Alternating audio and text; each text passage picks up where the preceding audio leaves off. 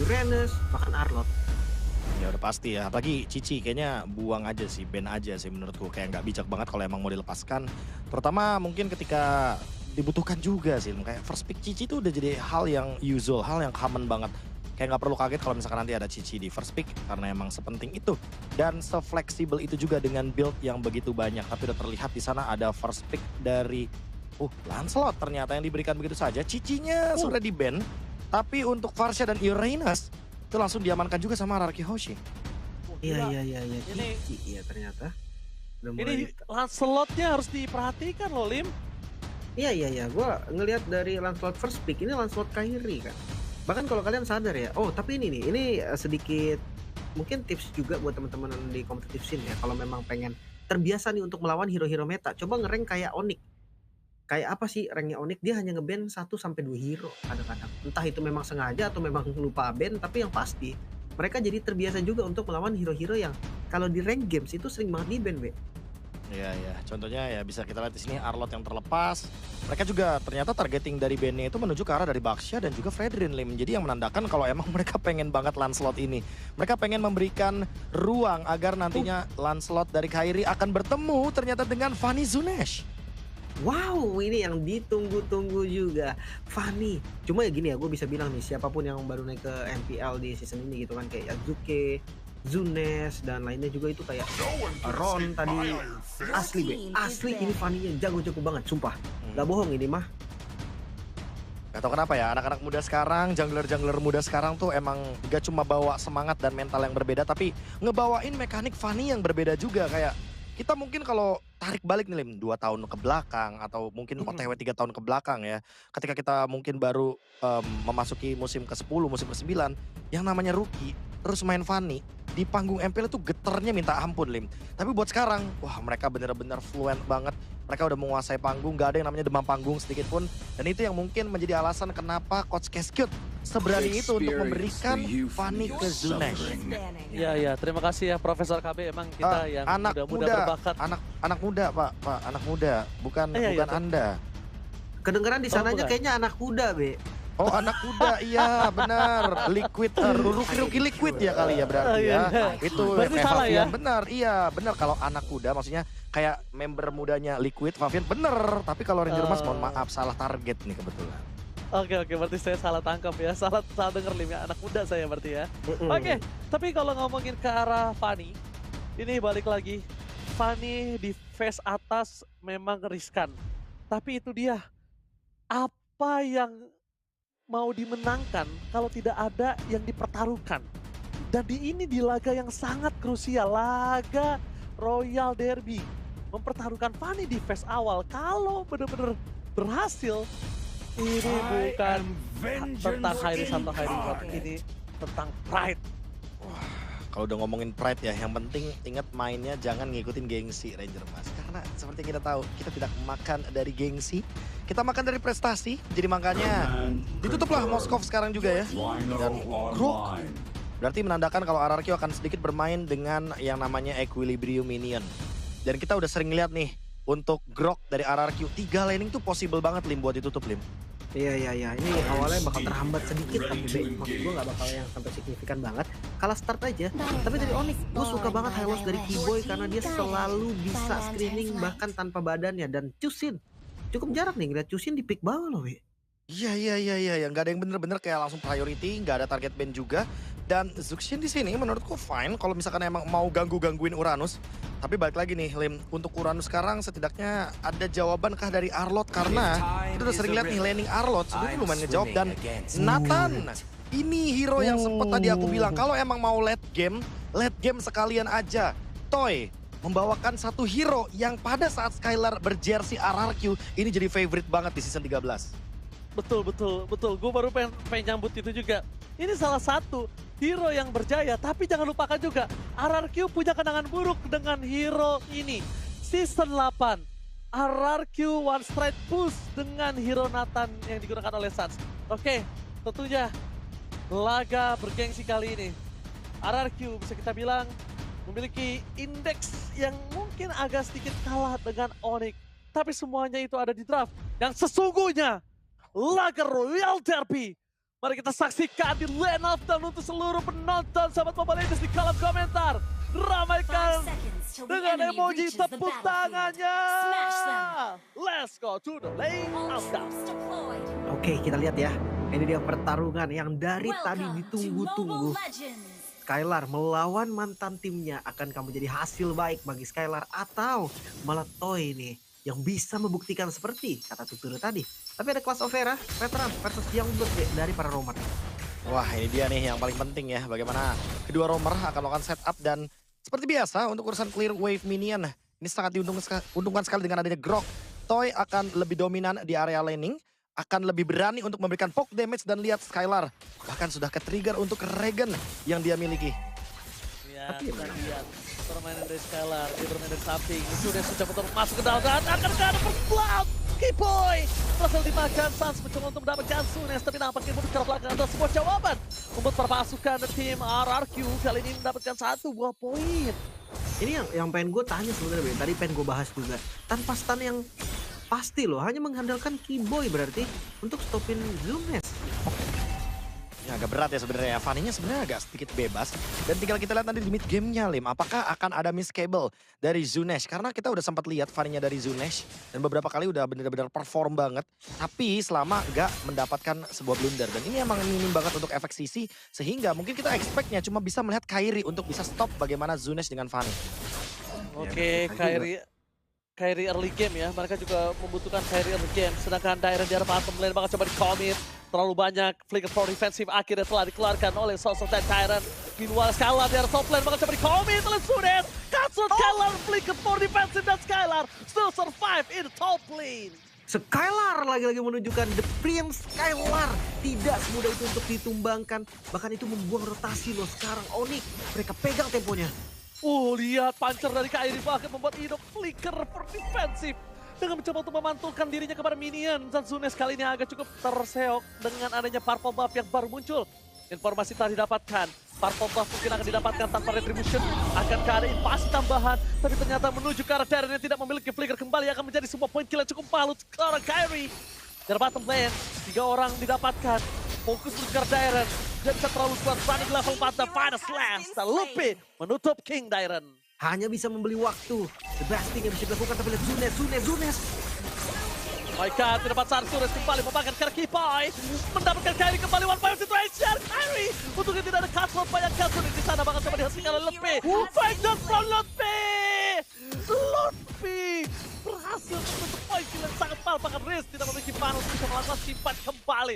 What a play from Lupi. Wah, gak mau kalah dari keduanya. Team fight agresif selalu ditunjukkan. Bahkan lihat punishment-nya, Be. Dari awal bisa dilakukan. Ya, ini benar-benar aktif banget ya, terutama buat Lutfi. Dapetin 2 poin kill. Poin yang positif banget buat Onyx. Karena dia nggak cuma menghentikan dari Zunesh-nya untuk Snowball. Tapi juga menghentikan Dairen dengan cut wave-nya. Sehingga Idoknya nggak bisa connect juga nih sama roamernya dari Onyx. Dan sekarang Kiboy yang akan lebih aktif untuk melakukan setup. Oke, Kiboy bakal mencoba untuk menabrak. Mereka tahu Zunes tidak memiliki karakter buff. Juga ke depan sana. Sekalipun dia memakan karakter Kairi, nggak terlalu bisa dikunci. Ingat, Kairi dengan Lancelot-nya. Ini legend sekali. Jangan lupakan hal tersebut. Dan Lutfi bermain seakan-akan dia seperti Lancelot. Dia juga bisa loncat ke kiri, ke kanan. Dan ini dia emblemnya Profesor KB. Ini kalau ngomongin soal emblem ya. Basic Command, Tenacity, Dairen itu aja pun tembus loh tadi di bagian bottom lane. Jadi mungkin untuk Dairen harus lebih berhati-hati. Kalau misalkan emang backupnya belum siap, harus mundur terlebih dahulu. Dan untuk Lutfi kayaknya emang udah siap banget dengan Trill dan Festival of Blood. Makanya jangan kaget kalau nanti tiba-tiba Lutfi maunya team fight dan team fight. Really? Mereka sudah mulai bergerak mencoba untuk memaksa para pasukan dari RRQ untuk mengeluarkan retribution terhadap purple buff. Tapi ternyata ada call yang membuat mereka merubah haluan mereka. Lihat, haluan mereka berubah. Surprise! Positioning yang terbuka, terekspos dengan sangat indah. Membuat para pasukan dari tim Onyx mereka memakan dengan poin kill yang sangat manis. Sunes memilih untuk mundur ke arah belakang. Positioning terbuka. Aware, Ampus yang tidak ada vision yang untuk Prince. Yang membuat dia membuka Feather Strike yang akhirnya di depan mata ada Sansa juga Kairi dengan lahap sang raja. Kontes. Mereka coba untuk terjadi. Zunes menuju ke depan, Torres retribution tapi shuttle pun terjadi. Retribution Kairi masih menjadi 1 buah poin retribution yang sangat manis. Mendapatkan keunggulan dengan adanya kehilangan Riz dan juga Idok. Tapi ditukar dengan Luffy. masih worth it.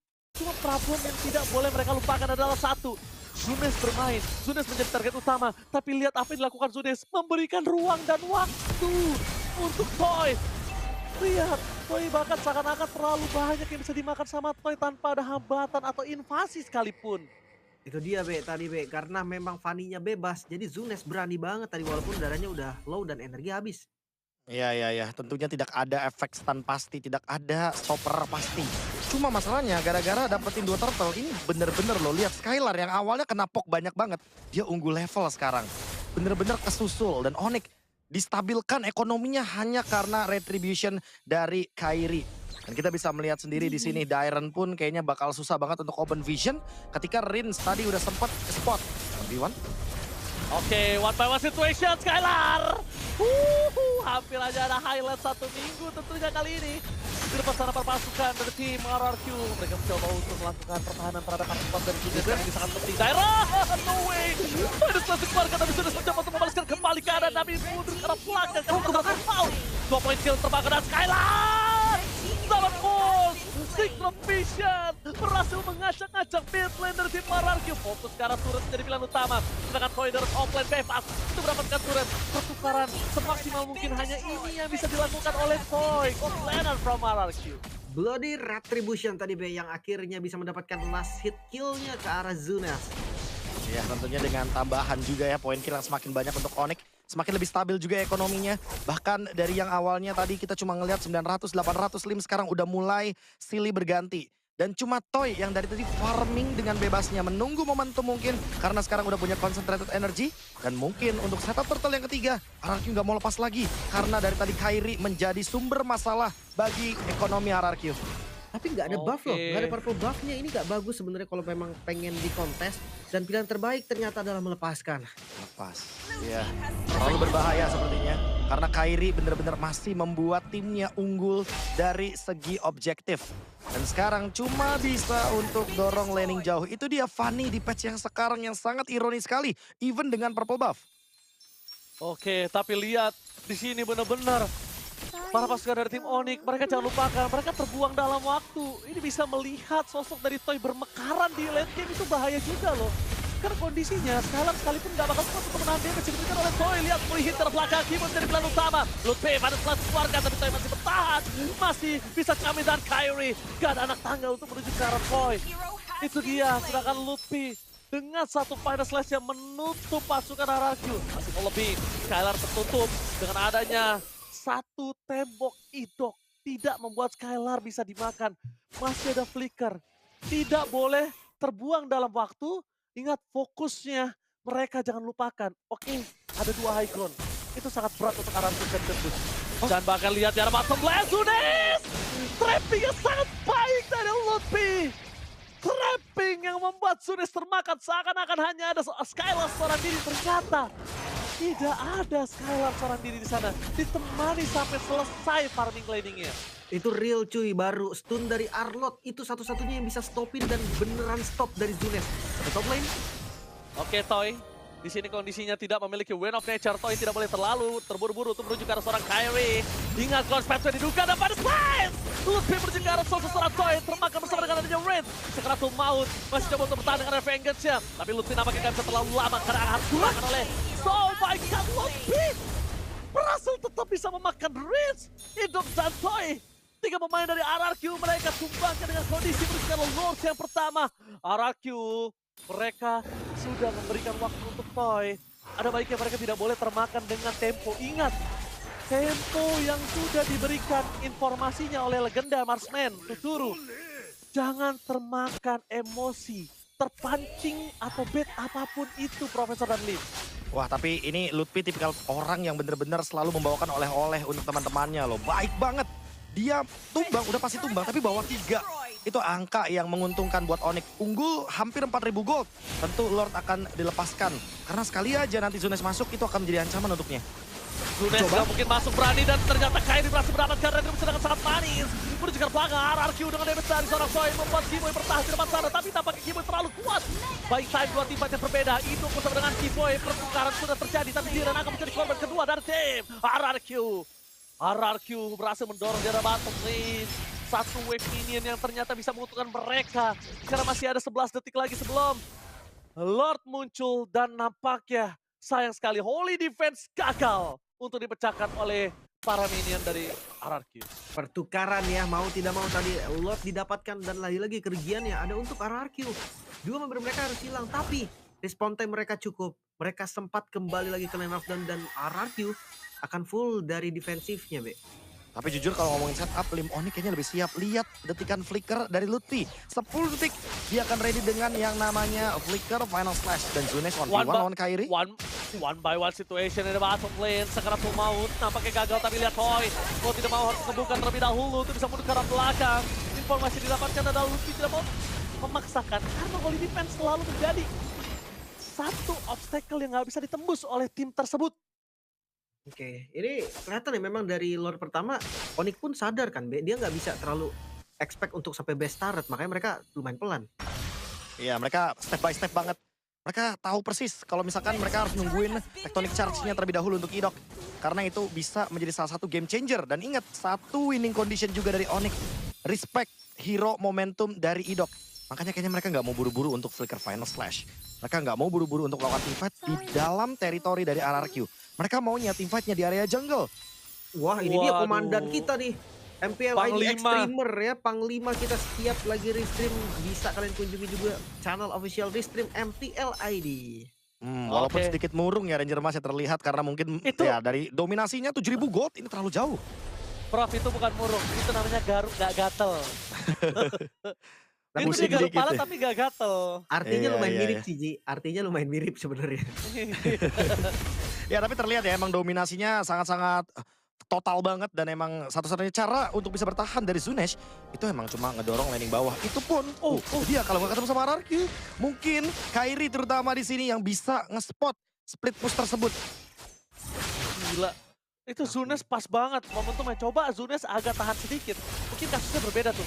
Oh, Dairon kayaknya agak cukup sakit dihantam oleh mantan timnya. Lihat di depan sana Dairon seperempat darah setelah dikeluarkan. Ditutup jalannya Kiboy nggak bermasalah. Memang Kiboy hanya cukup sebagai badan terpasukan dari tim RRQ. Dan Rinsa Karatul Maut dengan satu Tonros di ujung saja. Bayangkan kalau itu full stack, Tonrosnya di tengah bisa jadi loh. Rins dengan Retribution Flame-nya itu bisa tumbang. Itu hampir banget sih. Damage yang sakit banget. Itulah yang gue bilang Lancelot. Kena nerf, iya kena nerf. Tapi damage-nya itu tetap sakit. Masih sakit itu. Bahkan lihat Lord, RRQ. Kali ini mereka harus tetap coba untuk kontes, Be. Nggak boleh dilepas dengan free. Ya setuju. Karena di mid lane. Di mid lane.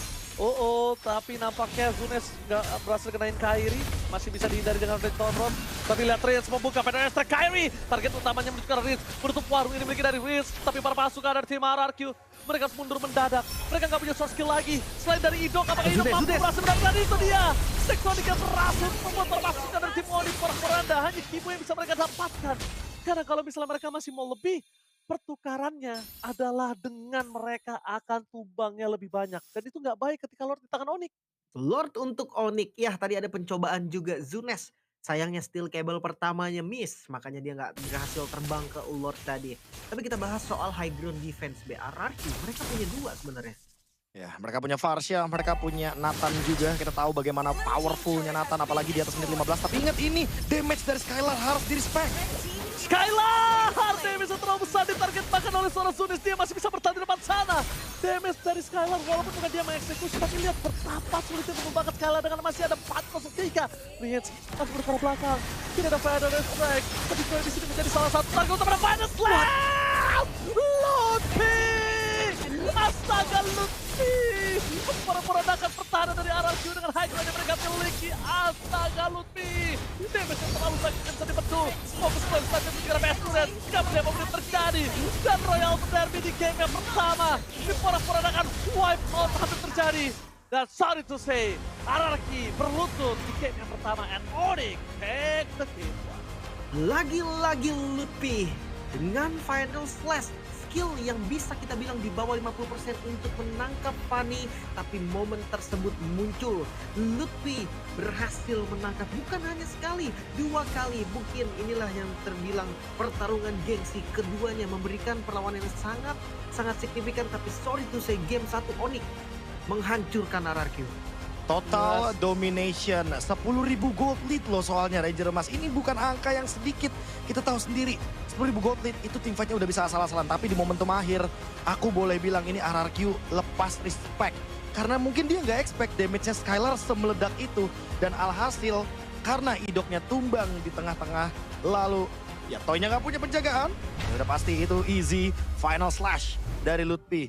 Itu yang mungkin tidak diekspektasikan. Dan bentuk respect dari damage yang burst seperti itulah yang mungkin perlu diperhatikan ketika udah mulai masuk mid game. Karena kita tahu Harit, ini Harit gak ada point dead sama sekali. Jadi udah pasti dia bakal spike banget di mid game.